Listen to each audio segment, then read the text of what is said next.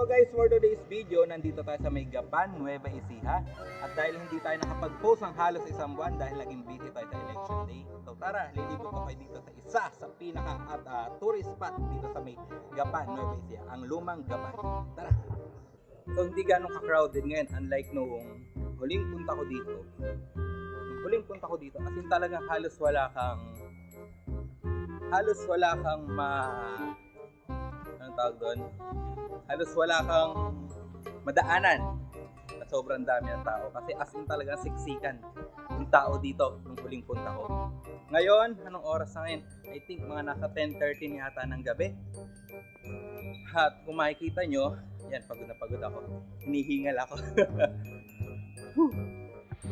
Makikita nyo, wala masyadong tao. Unlike dati. I think 11 na yun nagpunta ako dito pero sobrang crowded pa din ng tao.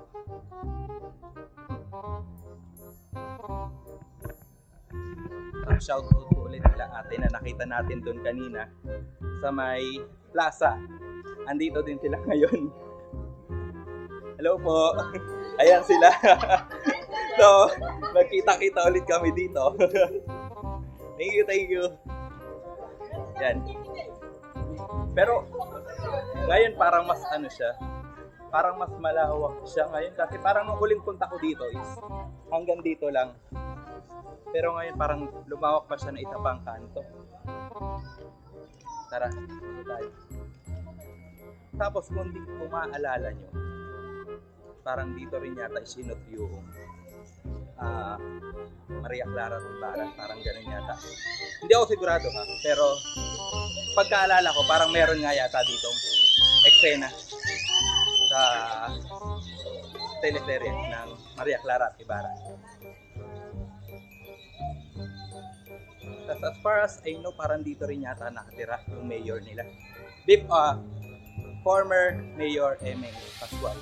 At ngayon yata, yung asawa yata niya ngayon ang mayor dito. Pero I'm not sure. Kasi hindi tayo taga dito. Kaya hindi natin alam mga bagay-bagay. So ito, nakikita mo ang tagpuan sa Lumang Gapan. Kaya lang sarado na kasi nga nung oras na hindi na rin natin naabutan. Alam ko marami nagtitinda dito eh. Kasi dito kami dati kumain. Yan, tagpuan sa Lumang Gapan. Pero papasok pa rin tayo.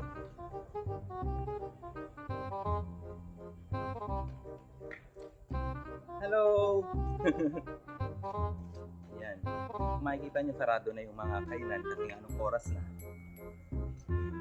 Pero isang bukas.